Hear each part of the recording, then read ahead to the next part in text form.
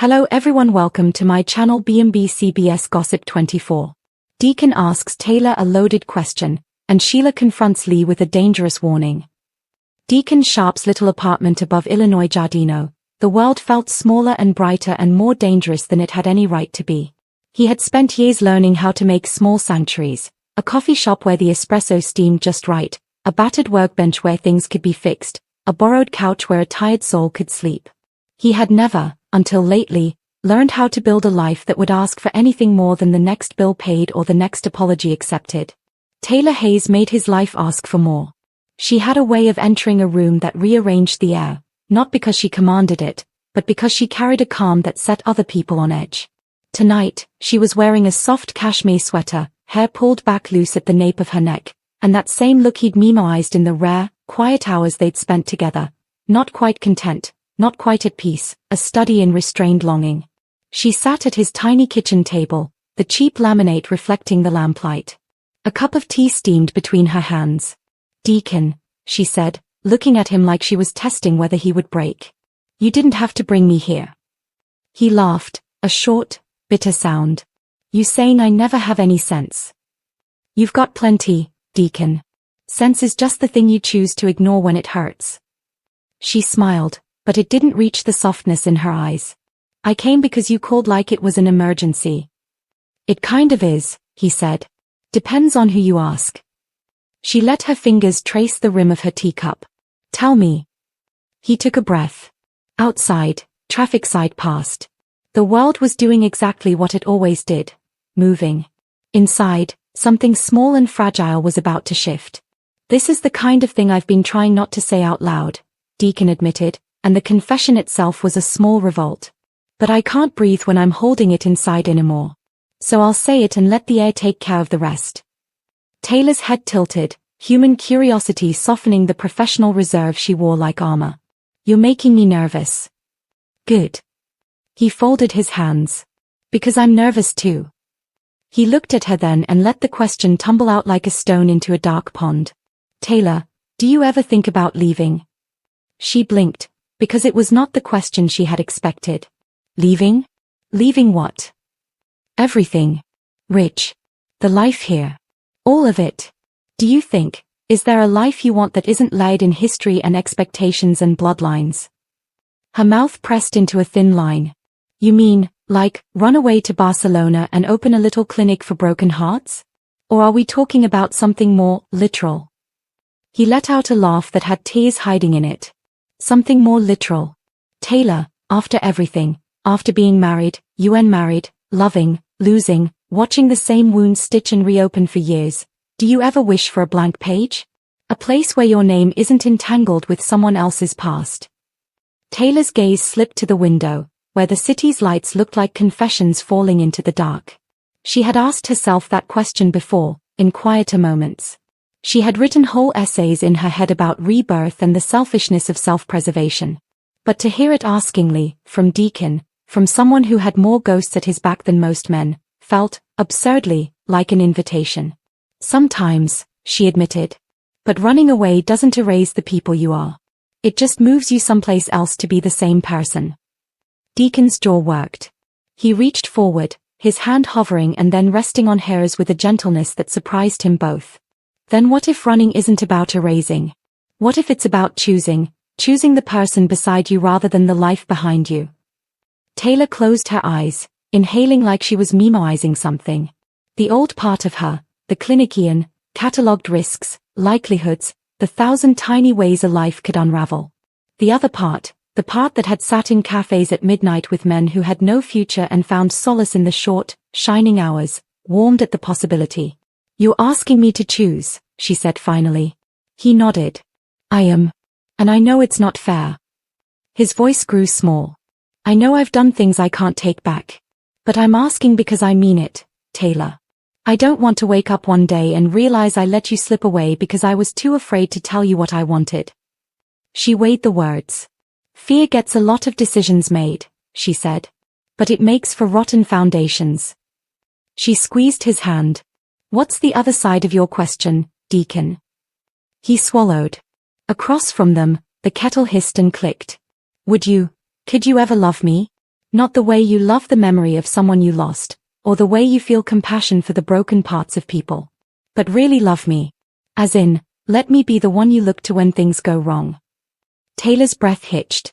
The load of the question was thicker than either of them had imagined. This was the kind of thing that could change the orbit of their lives. It could lead to a life of tenderness he'd never expected to deserve, or it could explode into 1,000 quiet resentments. She thought of the men she had loved. She thought of the men she had counseled, whose lives had fallen apart in slow motion. Deacon's face had lines of fatigue now, but beneath them was a steadiness she found rare and honest. I don't know, she said at last. Maybe I can love you. But I need to be honest, I don't want to be a band-aid. I don't want to be someone who fixes you and then disappears. I want to build. If we try this, I'll try, but I'll also watch myself to make sure I'm not repeating patterns.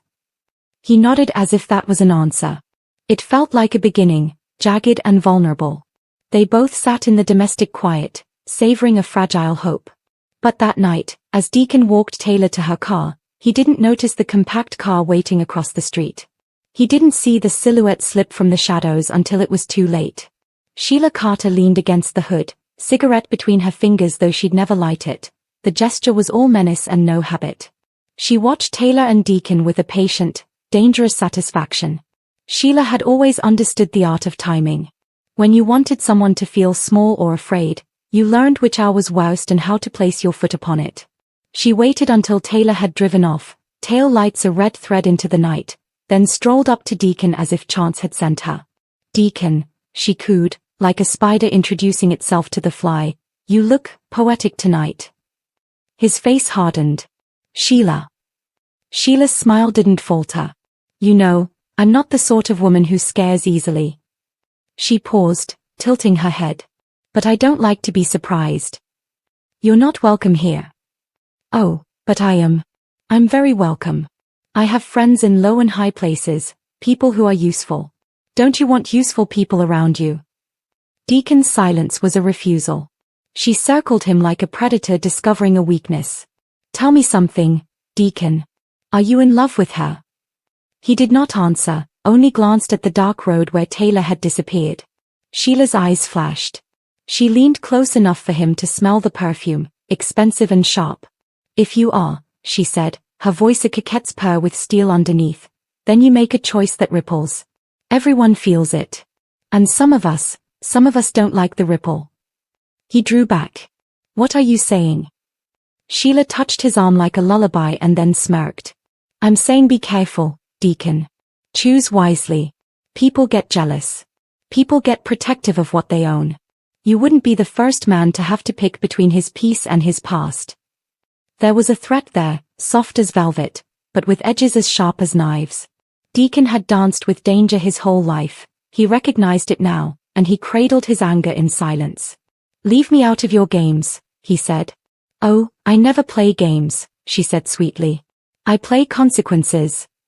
Word traveled through Forrester creations like caffeine through a nervous vein. Electra's name was already being muttered in small clusters. Bold, talented, volatile. But tonight the fabric of rumor was different. It was tattered and wet with worry. Word had come that Deacon had been seen leaving Taylor's house late. It made the rounds at the water cooler, on phone calls in taxis, in the quiet stares of people who liked soap operas but lived them too. Lee swept through the design floor with the crisp efficiency of someone who believed in order. Lee did not suffer fools. She did not suffer delays. And she especially did not suffer complications to the Forrester brand. She had been the one to warn Luna the other week. Tonight she walked as if there was a quiet storm inside her, measuring the distance to the next crack. Sheila found her in the lobby, feet arcing across the marble like a cat, a smile carved in permanent, dangerous delight. Lee, she said, as if they were old friends. Lee stiffened. Can I help you? Sheila's eyes glittered with mischief and a kind of affection that meant anything but kindness. I just wanted to check in. You're so efficient. So useful. She folded her arms. Have you heard the news? People see things.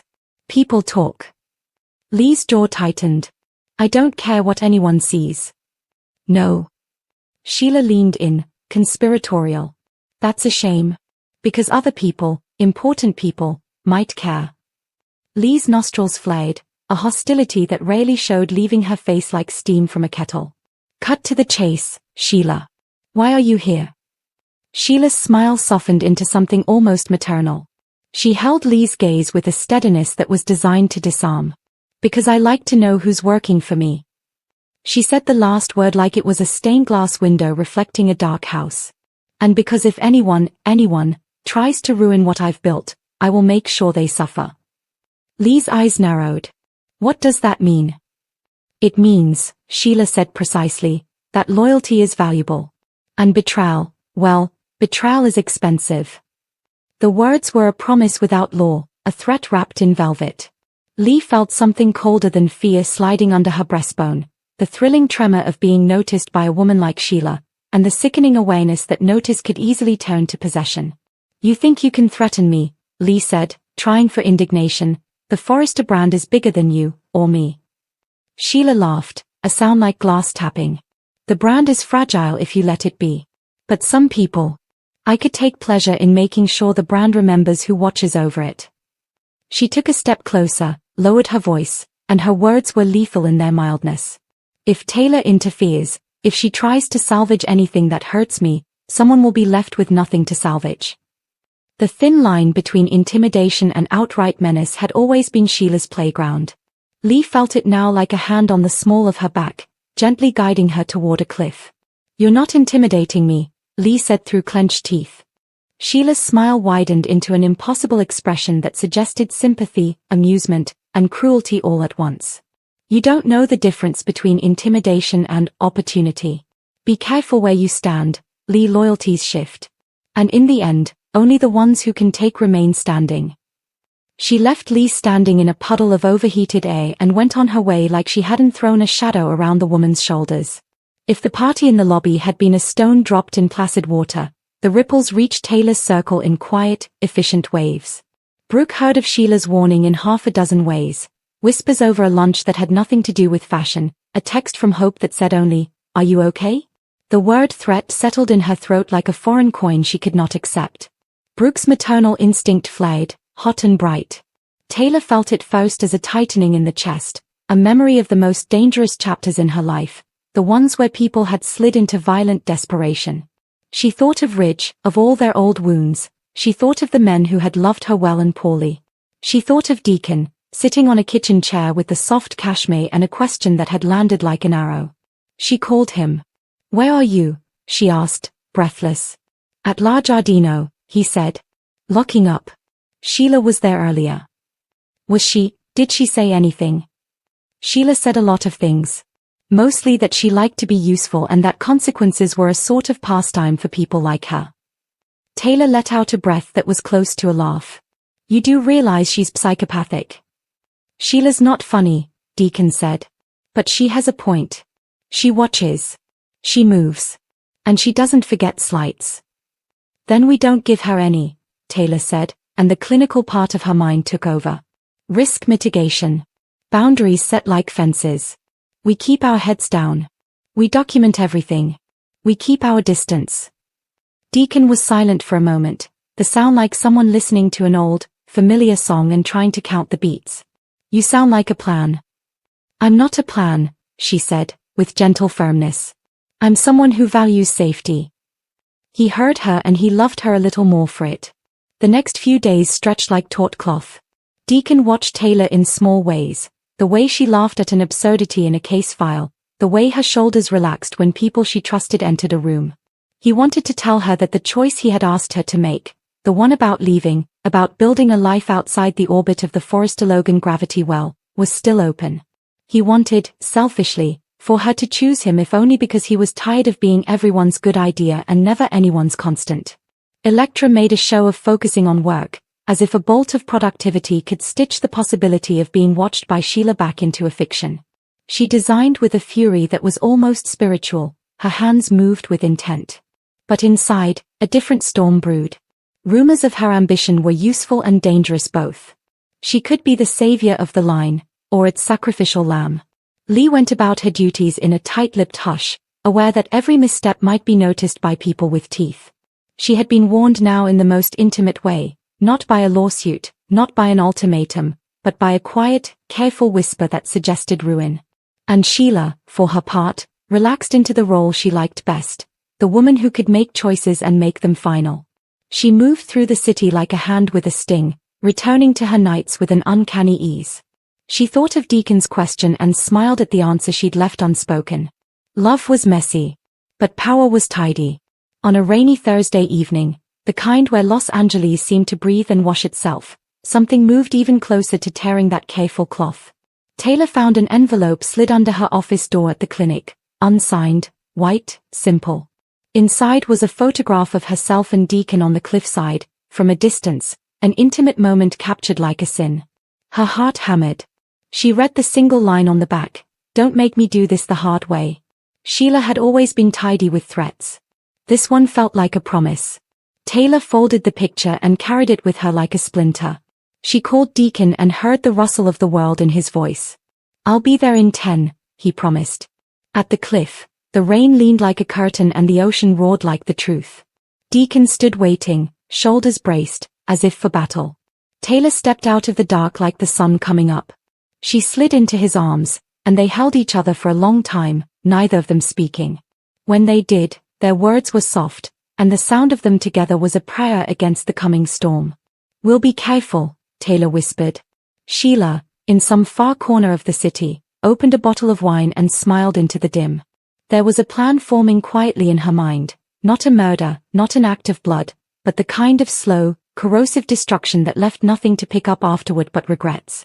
She liked the idea of ruin that could be televised in slow motion, searing and theatrical, and it pleased her that she could do it without raising a hand.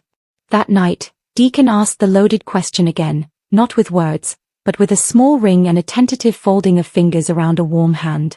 Taylor watched him and thought, not for the first time, that love and danger had always arrived together in this life. She thought of Rupert and Ridge, of the years that had taught her patience and the ones that had taught her to run. But when Sylvia's old line, "You get one life to live," drifted through her memory, she found she wanted to spend this one trying. She lifted her face to him and kissed him, a promise and a test. The rain around them blurred the city's lights, and the cliff felt exactly like the place where everything dangerous began.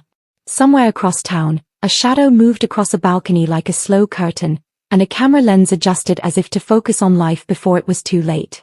And in the lobby of Forrester Creations, Lee Chen stopped at her desk and stared at her reflection in the glass, feeling suddenly very small and very seen. Lee drops by Sheila's and they talk about how surprising it is that she hasn't been fired. They complain about how everything is Bill's fault. Sheila adds that the Luna situation may have cost her her marriage. She explains her husband has been seeing Taylor and she's hoping she will be a positive influence. She's sure that if anyone can get to Deacon's heart, it's Taylor. Lee nods along and says Taylor has a unique way of touching her patients. Sheila explains that she caught them embracing. Laughing, Lee asks if she's worried he's seeing another woman.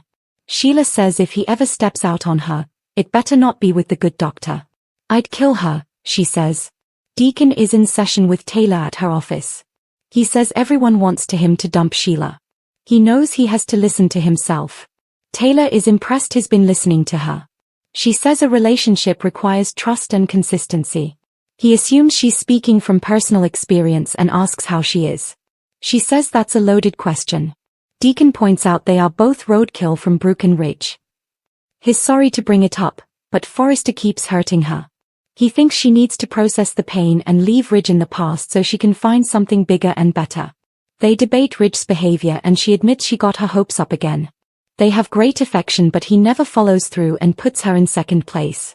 As she starts tearing up, Deacon pulls her up and holds her in his arms.